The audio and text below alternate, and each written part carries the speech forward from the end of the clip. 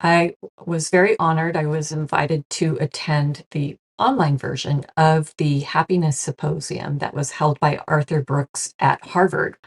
And every one of these professors, teachers within the top Ivy League schools are talking about happiness, about spirituality, about well being. And it was so helpful for me to be there. I almost felt like, oh my God, I'm coming home. Like, oh my God, it's okay to be who I am because now they're showing, like, research is pointing to what a beautiful spiritual life can lead to. It can lead to well being and happiness. And happiness isn't a destination because you can't have happiness without having the suffering.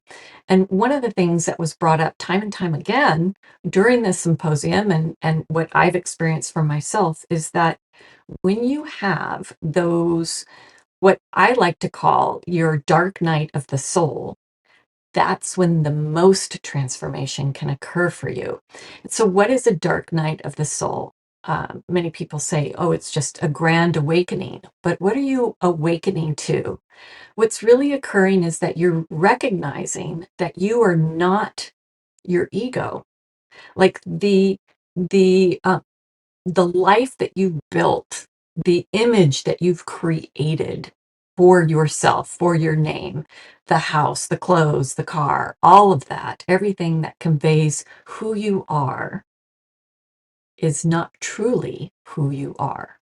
And this occurs for many people. They call it the midlife crisis, but I find, like for me, it happened in my early 40s, and it happens to a lot in the early 40s and then beyond. There's this process, and Lisa Miller even talks about it, that there's a surge of spirituality, of a wakefulness that occurs for people in middle age and in their elderly age. So and there are two different types. I'm just talking about the middle age one, the one that occurs when you're in your 40s and it just keeps growing. You realize, oh, I'm not who I thought I was. And you start to see who you truly are. And there's this awareness of it's self realization.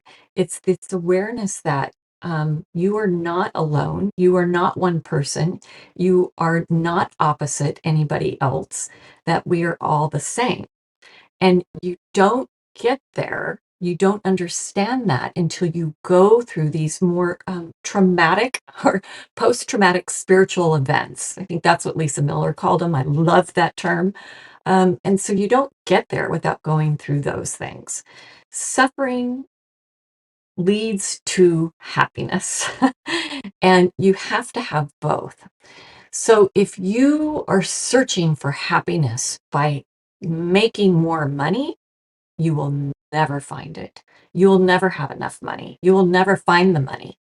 If you are searching for happiness by finding your person, your soulmate, you will never find them because happiness is not exterior. Happiness is not something you grab. Happiness is something that is within you. And once you find yourself, then you allow, it's almost like it becomes this container for allowing joy and happiness to percolate.